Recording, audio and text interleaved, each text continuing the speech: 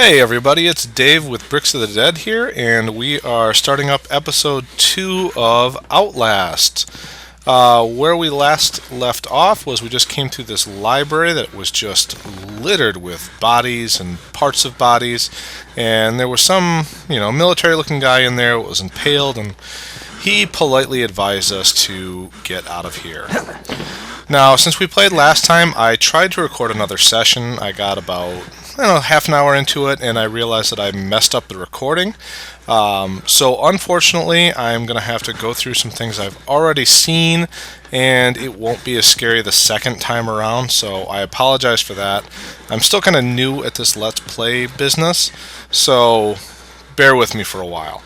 A couple of other things. One of the pieces of feedback that I got was that I moved the mouse around far too spastically, so I'm going to be a little bit more deliberate about that going forward, and hopefully it's a better experience for everybody. I also, in the game settings, I also took down the motion blur so that when I do move it, it shouldn't be quite as jarry, so hopefully you guys won't need your motion sickness medicine. So I think that's all of the preamble we need to get out of the way, so without further ado, let's do this. Just kind of poking around a little bit, we'll see what's out here. And it looks like we're down to 3 batteries. And there's a hand in the toilet, which makes sense in a place like this.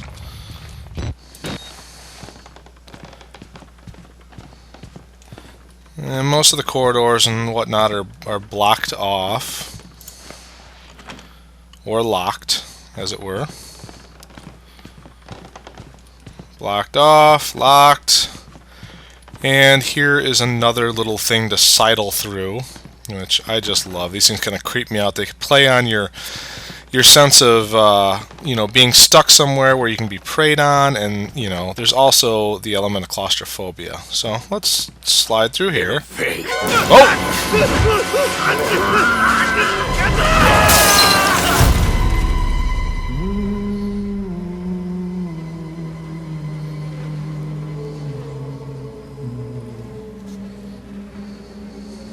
And who are you, then?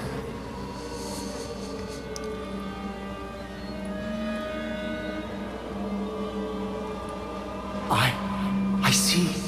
Merciful God, you have sent me an apostle. Guard your life, son. You have a calling.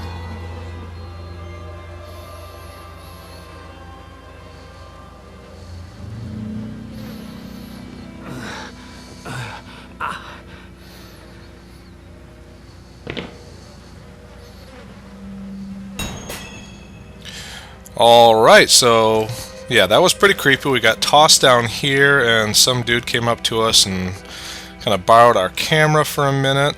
Hopefully he didn't use the night vision, because we only have a little bit of battery, and we're doing our best to conserve it here. And if you miss the message on the screen, we basically need to try to find our way out of here, which, that should be self-evident to everybody. So we're now in the main lobby. This is the area that we couldn't get to before, because it was all blocked off. We had to go up the scaffolding and through that upstairs window. So we're now in the main area, and we're just going to poke around here a little bit, see if there's anything worth grabbing over here, see what we can loot. And there is a battery. So now we're up to 4, but we're kind of rapidly depleting battery number 3 here, so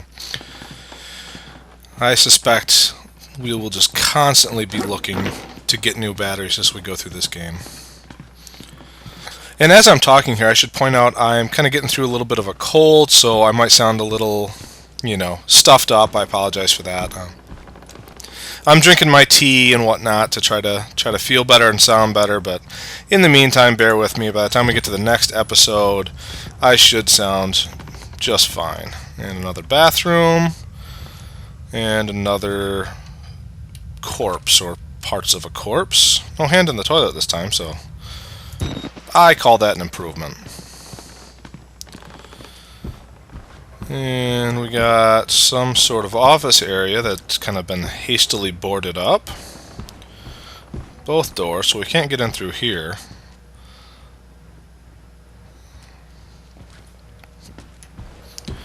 And let's check out our security desk. Get another murdered security guard. Phone's off the hook. No batteries or anything else like that to loot, so we'll just carry on. Well, looks like they set up a desk right in front of this door. That's terrible.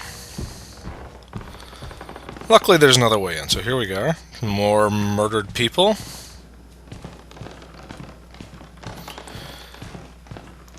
And I'm kind of used to all these other games. Wherever you find a body, your first instinct is to go up to it and rifle through his pockets and see what you can take from him. And this is a very different kind of game. It's taken a little bit of getting used to.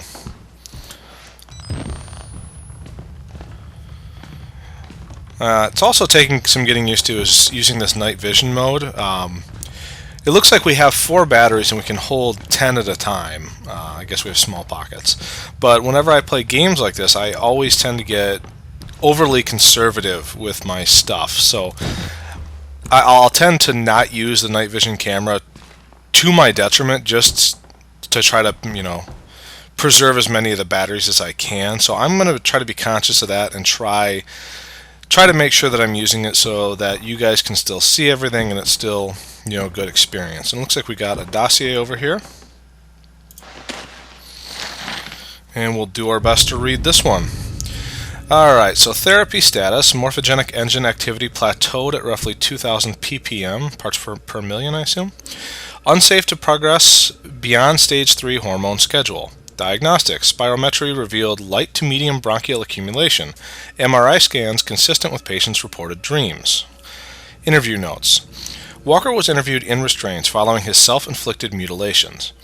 Restraints have to be altered to accommodate his enormous size. External dermal eruptions as consistent with failed morphogenic engine cellular activity. He claims the skin ripped from his forehead allows for a truer way of seeing. Seems to have some boyhood experience with Turatura lizards and their paradial eyes. Yeah, I don't do science, so I'm massacring these probably simple words. At any rate, he has expressed anxiety about his flesh, specifically around his lips and nose. Attending orderlies should be advised to watch for further self-mutilation. The mental traumas he sustained while serving in Afghanistan seem to be retarding progression of the ME process. His predominant fixation, amplified by therapy, is a manic exaggeration of military security protocol. A continuation of both chemical and physical restraints is highly recommended. So we've got some huge guy that's self-mutilating himself, and I'm guessing that's the gentleman that just tossed us from the balcony down here, because he seemed rather mutilated, didn't he?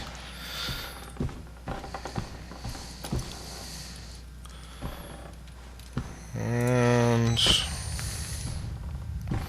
doesn't look like anything else worth looting over here, so we'll just carry on. Oh. Alright, we got a locked gate over here. Does this open? It does not. That's the area we just came from. Okay, so... Oh! The guy down there in that wheelchair is alive. He's kind of moving about.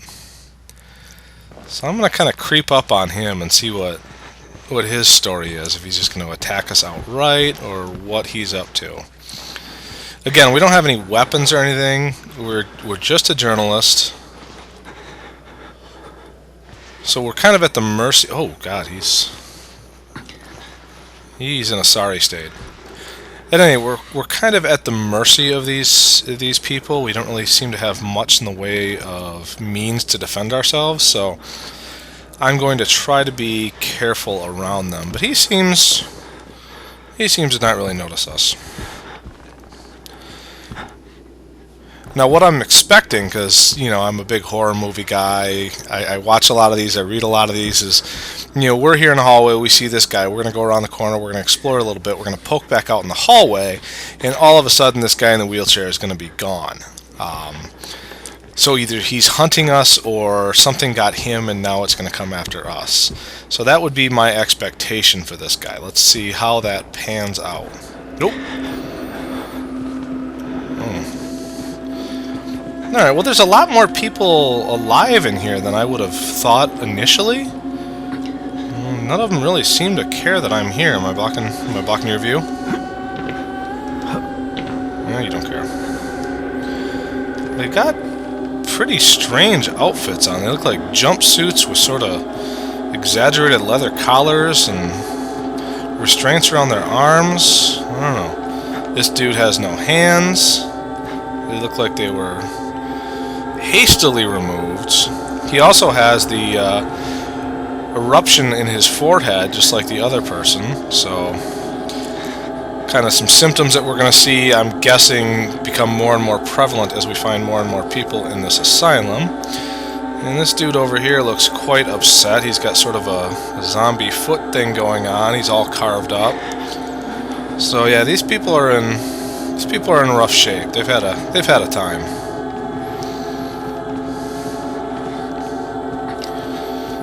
Well, we can kind of scoot through here. And, well, the guy in the wheelchair is still there. I thought for sure he would have skedaddled by now. Got an open door. Let's see if this opens. No, of course not. So I'm guessing before things got really bad, parts of the asylum went on lockdown.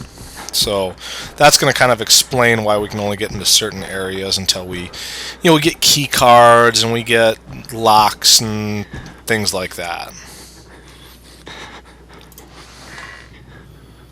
Alright, we got a conference room here with what appears to be a headless corpse in the corner.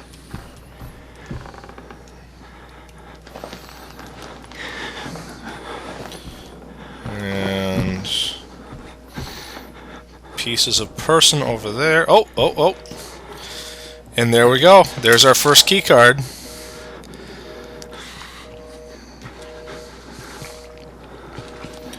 As we're walking through this sloppy pile of blood all over the floor.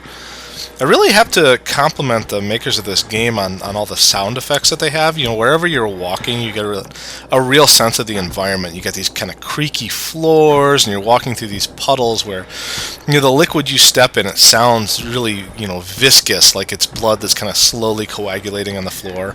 And it just really, really adds to the effect. What do we got here? We got another battery. Alright, that should put us up to 5 batteries, so that's a good start.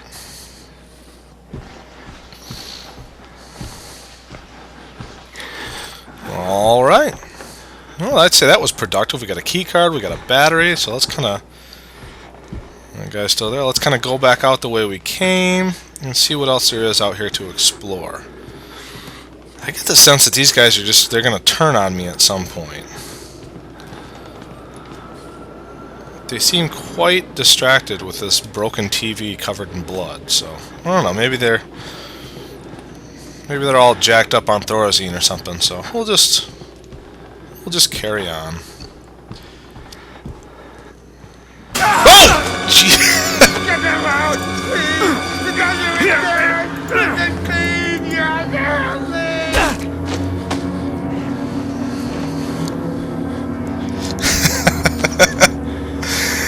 Yeah, that definitely startled me.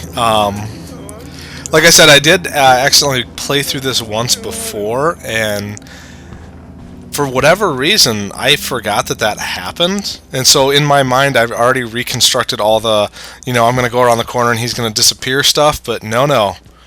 Nope, he just straight up attacks us. So that scared me all over again. Which hopefully means this game's got some replay value. That's always nice to see. Proclaim the gospel. So, in my experience, it's always a good sign where you see some sort of, religious message scrawled in blood. That makes me feel good about myself and the situation I've gotten myself involved in. So here's where we just were. Here's that guy's wheelchair. We got a stairwell that is, locked off. We've got looks like a very primitive looking maintenance elevator. Oh! Shit! I wonder if we can make it do that again. No. Oh, so elevator's out of order, and some dude just went right down the shaft, so unfortunate for him. We got a wheelchair here that has been tipped over, and somebody was bled out and dragged down the stairs, and how much you want to bet I'm going to be heading down these stairs here pretty shortly. Note that you can look behind you by holding Q or E while running, which sounds like a good tip. Alright, so let's check out this hall. Oh!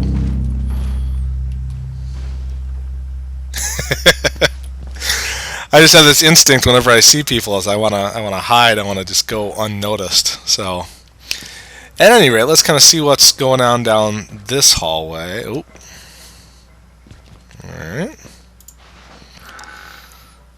Alright, so we have a couple of buckets. I don't know why that's its own stall, but there you have it. Witness. Well, that didn't work out for him so well. And another toilet with a hand, and this one's upgraded because there's also a head. And we've got the door that belongs here over there. This asylum's in a sorry state. This place is a oh.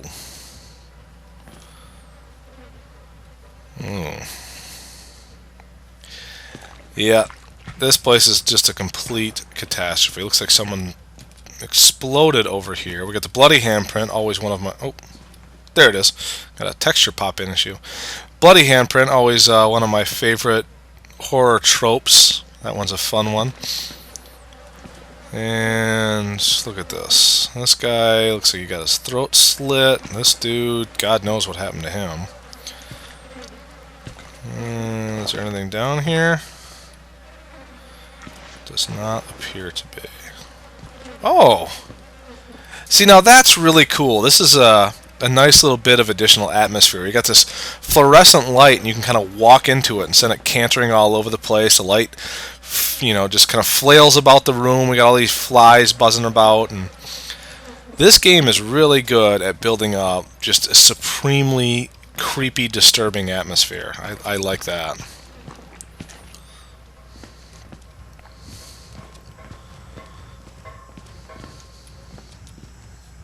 Radiator hisses. Got more blocked off rooms. Got a security room. Oh, that's what our key card opened. So here's our security guard, and of course he doesn't have a weapon that we can take from him because it's just not that kind of game. The game wouldn't be scary if we had a Glock that we can point at people. Lots of flashing lights. Oh, we got security cameras. Gonna look around the place.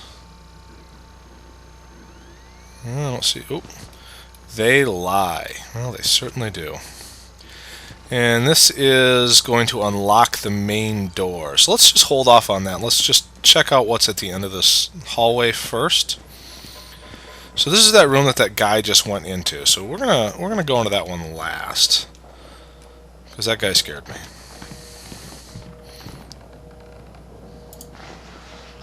Oh. What's the same hallway?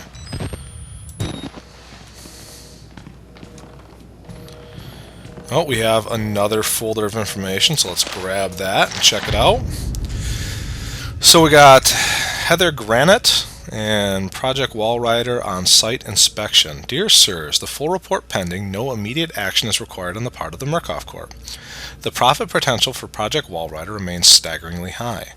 The 4 fatalities contain enough ambiguous data to make any litigation, if evidence is correctly managed, impossible. Project Walrider remains a dangerous initiative, and there will almost certainly be further casualties. Yeah, obviously. As with the others, however, family and government interests in the patients is so low as to make any chance of legal actions vanishingly unlikely. Violence among patients is increasing as the morphogenic engine therapy gets closer to producing working models, but a combination of physical and chemical restraints has proven sufficiently effective to assure continued control and profit. Respectfully, Helen Granite, Murkoff Legal Mitigation Department. So here are their lawyers, and apparently they are not terribly concerned about a lawsuit because nobody cares about the patients in here. And we already know that one of them is an Afghanistan war veteran. I don't really know why the rest of the people are in here, but there's definitely a lot of creepy exploitation going on here, which I like as part of a backstory. It kind of gives this Murkoff corporation, a little bit more identity than we've gotten so far. So, things are kind of building out in an interesting way. And this guy, his head is practically spun around backwards. Alright, let's kind of see what else is at the end of this hallway, and then we'll go try to unlock the main doors, at which point some shenanigans are going to happen and we will not be able to get out. Also locked. And it is pretty dark down there. So that's boarded off. And then, again, this is the door that guy just went through. Why should we have to pay for it? Why do we have to die? Walker will kill us just for being sick. We're still people. We didn't choose this. Alright, so it seems like there are maybe a couple of different groups operating in this asylum, and they are hostile towards one another, which, no big surprise there. Alright, so let's close this door behind us. No. And we'll try to open the main doors. We'll have a quick seat first so we're comfortable.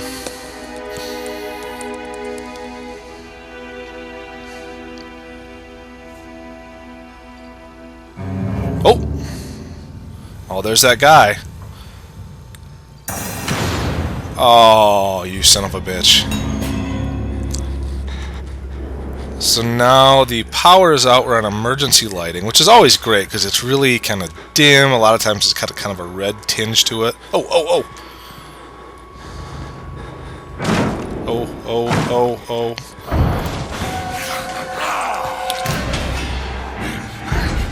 Oh, we were not fast enough.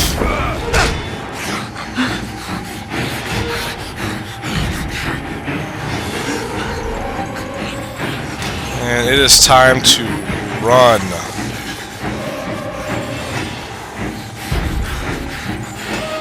Oh!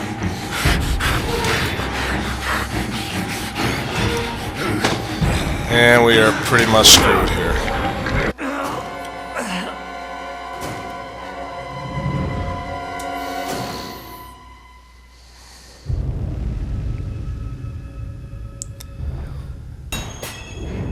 Alright, so we were just destroyed by that dude, so I think this is as good a place as any to sort of call it quits for the day, and we will do another episode soon, so thank you for watching, and oh, here's our guy again. Thank you guys for watching. If you want to like it and subscribe it and comment on it, well, that'd be super cool. So, see you all next time.